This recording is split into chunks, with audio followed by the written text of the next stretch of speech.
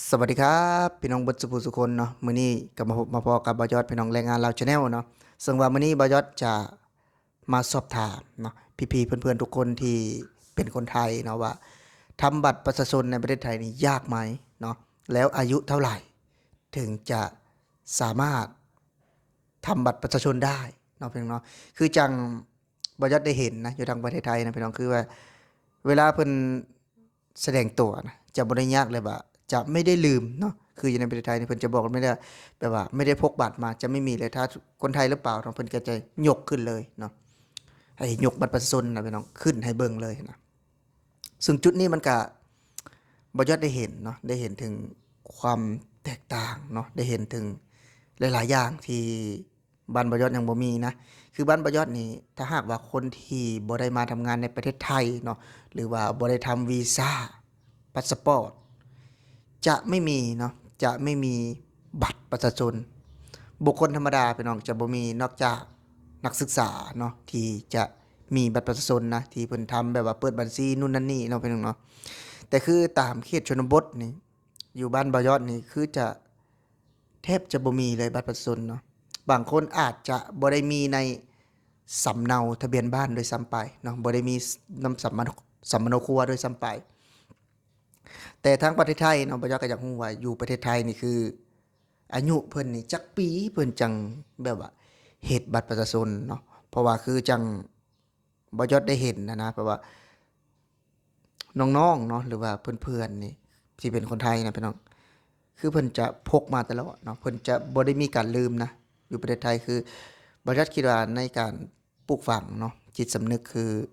ต้องพกบัตรประชาชนเนาะเป็นคนไทยต้องพกบัตรประชาชนแต่ผมไม่รู้ว่าอายุเท่าไหร่เนาะถึงจะสามารถทำบัตรประชาชนได้อยู่ในประเทศไทยเนาะคือจังแจ้งเกิดคือกันเนาะพี่น้องเนาะบ่แม่นว่าแต่บัตรประชาชนเด้อยู่ในประเทศไทยคืออายุเท่านี้เท่านี้เนาะหรือว่าเกิดมาคุณต้องไปแจ้งเกิดนะคุณต้องมีบัตรโรงพยาบาลนู่นนั่นนี่เนาะคือความสะดวกสบายเนาะที่ประเทศไทยคือแบบว่าระบบการวางหรือว่าระบบแบบเพิ่นลิงก์กันหมดเนาะบ่จักเชื่อว่าแบบว่าเฮ็ดบัตรประชาชนนี่ก็คือจะง่ายอยู่ทางฝั่งไทยเนาะแล้วบ่จักอยากถามตื้มอีกว่าพี่น้องว่าเฮ็ดบัตรประชาชนอยู่ในประเทศไทยนี่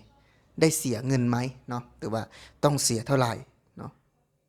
มีค่าธรรมเนียมบ่เนาะพี่น้องเนาะคือจัง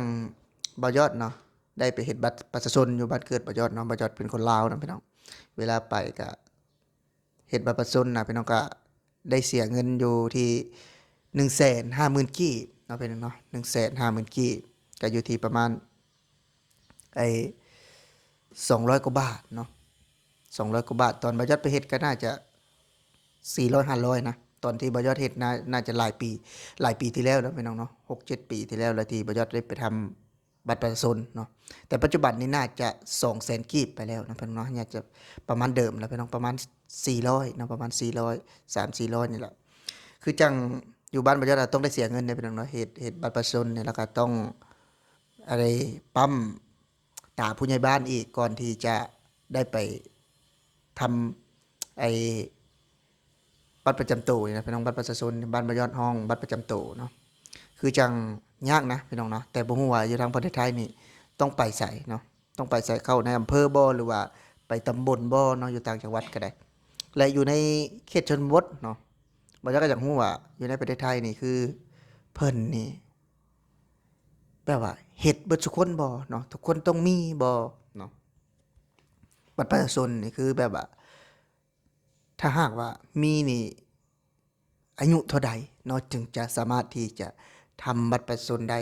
เพราะว่าคือบ้านบ่ยอดน่ะคือส่วนหลายเนาะถ้าหากว่าจะทำบัตรประชาชนเนาะก็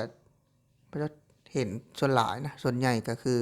อายุ18ปีนะพี่น้องเนาะหรือว่า16 17 18จังซี่เนาะที่เห็นเพิ่นไปเฮ็ดเนาะเพราะว่าปกติก็เพิ่นบ่ได้เฮ็ดอยู่แล้วเนาะบัตรประชาชนนี่ก็ถือจะบ่ได้มีความหมายอิหยังอยู่แล้วเนาะเพราะว่าคือ เพิ่นก็จะบ่ได้ถามว่าเจ้าคนลาวหรือคนไทยไปซี้นะคือไปเพิ่นก็ฮู้อยู่แล้วเนาะหน้าคนลาวๆก็แบบว่าคล้ายๆหน้าลาวก็คล้ายๆกันเนาะคนลาวนะแล้วก็ถ้าหากว่าไปเฮ็ดงานที่อยู่ในต่างเมืองต่างแขวงเนาะพี่น้องเนาะก็จะใช้ ตาผู้ใหญ่บ้านเนาะพี่น้องเนาะสายตาผู้ใหญ่บ้านที่ไปปั๊มเนาะคือจังถ้าหากว่าไปเฮ็ดเวียกอยู่ตามแขวงเนาะพี่น้องเนาะก็จะเป็นแบบว่าต้องให้ผู้ใหญ่บ้านนี่ปั๊มตาประทับเนาะเพื่อจะบอกว่าเจ้านี่มาจากบ้านนี้บ้านนี้เนาะแล้วก็ต้องเสียค่าพักเช่า นี่คือคนที่ไปทำงานต่างแขวงเนาะเพื่อนเนาะต่างแขวงหรือว่าต่างจังหวัดนั่นเองเนาะคือจังอยู่ประเทศไทยก็คือคนที่อยู่ในภาคอีสานเนาะมาทำงานในประเทศกรุงเทพมหานครแบบนี้เนาะก็ต้องเสียค่าพักเช่าแบบนี้เนาะคืออยู่บ้านบ่ยอดนะอันนี้นะคือจังเขาได้เห็นเนาะคือได้เห็นผ่านข่าวผ่านคลิปวิดีโอเนาะหลายๆช่องที่เพิ่นทำเนาะเกี่ยวกับบากการอาศัยอยู่ลาวเนาะคนลาวเป็นหยังคือต้องเสียค่าพักเช่าเนาะ บ่จักก็บ่ฮู้นะว่าเป็นจั่งใดแต่ว่านั่นก็คือไอ้ใบพักเซานั่นก็คือจุดเริ่มต้นหรือว่าความหมายก็คืออันดับแรกคือคนลาวเองเนาะบ่ได้มีบัตรประชาชนเนาะพี่น้องเนาะบ่ได้มีบัตรประชาชนก็เลยแบบว่าเฮ็ดหนังสือพักเซานี้เนาะเพื่อยืนยันว่าเป็นคนอยู่แขวงใดเนาะอยู่มุมใดแต่ส่วนเก็บเงินนี่บ่จักก็บ่ฮู้เนาะส่วนเก็บเงินนี่ว่า เก็บไปใส่อันนี้บ่อยากก็บ่ฮู้ว่าเพิ่นเก็บไปใส่เนาะเก็บไปให้ผู้สาวน้อยบ่อันนี้บ่อยากก็บ่ฮู้แต่ในมุมมองที่คนไทยมองเนาะก็บอกว่าทำไมต้องมีนู่นนั่นนี่เนาะนั่นก็คือถ้าหากว่าคือที่แบบเป็นใบพักเศร้านั่นก็คือเป็นคล้ายๆแบบว่าทดแทนเนาะทดแทนแบบบัตรประชาชนเนาะประมาณนี้บ่ยอดก็ฮู้ประมาณนี้พี่น้องก็คือทุกๆคนเนาะก็ต้องได้เสียเนาะถ้าหากว่าไปเฮ็ดเมืองไปเฮ็ดงานอยู่ต่างแขวงเนาะก็ต้องได้เสียแล้วก็เป็นอีกหนึ่งอย่างนะที่คนไทยเพิ่นอาจจะบ่ได้เคยมีเลยเนาะหรือว่าบ่ได้เจอประสบการณ์ที่แบบว่าลักษณะนี้เนาะประสบการณ์ประมาณนี้มันก็เป็นอีก หนึ่งอย่างนะที่แบบว่าเราได้เจออยู่ในประเทศลาวแต่พอเข้ามาประเทศไทยเราบ่ได้เห็นเลยเนาะสิ่งที่บ่อยากคักเนาะสิ่งที่ประมาณนั้นน่ะพี่น้องแล้วบ่จักสุดท้ายนี้เนาะบ่จักอยากอยากถามคืมตื่มเนาะว่าอายุจักปีเนาะถึงจะสามารถทำบัตรประชาชนได้อยู่ในประเทศไทยเนาะว่าทำยากบ่เนาะเสียเงินไหมเนาะอันนี้บ่อยากรู้จริงๆเนาะเพราะว่า ก็ส่วนหลายคนทำคลิปก็บ่ได้ทำคลิปแนวนี้นะเนาะพี่น้องเนาะจังว่ามื้อนี้บ่จัดก็ถามโดยตรงให้พี่ๆ FC เนาะคอมเมนต์เข้ามาเบิ่งว่าประมาณใดเนาะเพราะว่าอยู่ทางบ้านบ่ยอดน่ะเสียเงินอยู่ที่ประมาณ300 400บาทเนาะแล้วแต่พื้นที่ที่จะไปทำบัตรประชาชนเนาะแล้วก็ต้องปั๊มลายเซ็นผู้ใหญ่บ้านเข้าไปด้วยเนาะพี่น้องเนาะ